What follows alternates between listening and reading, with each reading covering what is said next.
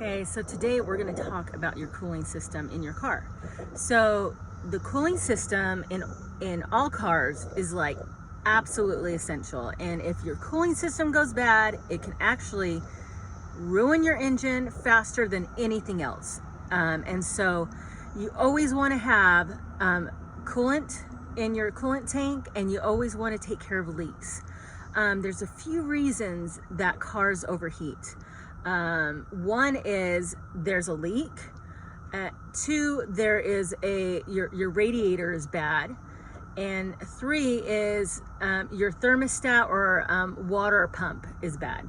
So the first thing I suggest is you look at some of the symptoms. And so if you look in your engine, and I'll show you in a second, if there's spraying everywhere, there's if you see antifreeze, kind of like residue, you have a leak somewhere. So I suggest that you make your life easier, because I've done it the old-fashioned way, and that is trying to look for a leak while the car is on or whatever, and it just doesn't work.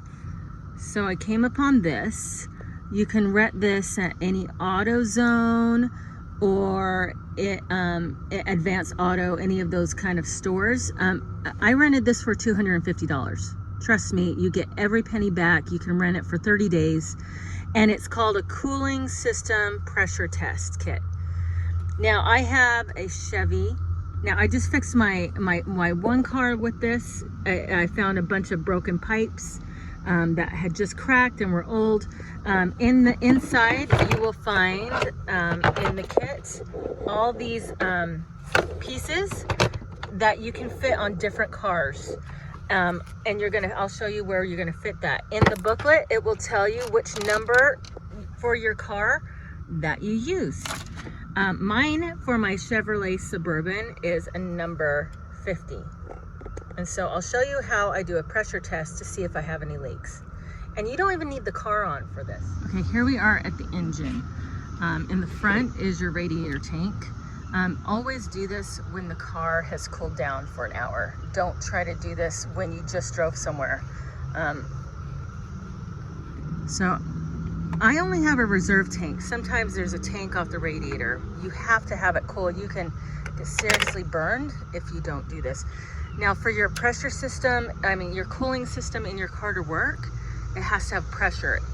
And if you don't have a good cap on this, and there's not pressure inside, then your radiator fluid will pretty much boil away. Here's my cap. I installed that. It said do a number 50. Okay, I'm gonna secure that tight.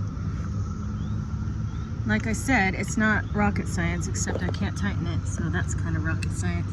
Okay, you put your pressure cap on, and then you start pumping it with this pressure. Now there's a release button over here, right there. And so I'm gonna pump it to the green or the yellow to see what's going on, because your engine will, if it's not cooling down, there might be, these older engines, it's usually a hose or some other things that you need to replace. So you just kind of gotta watch for that.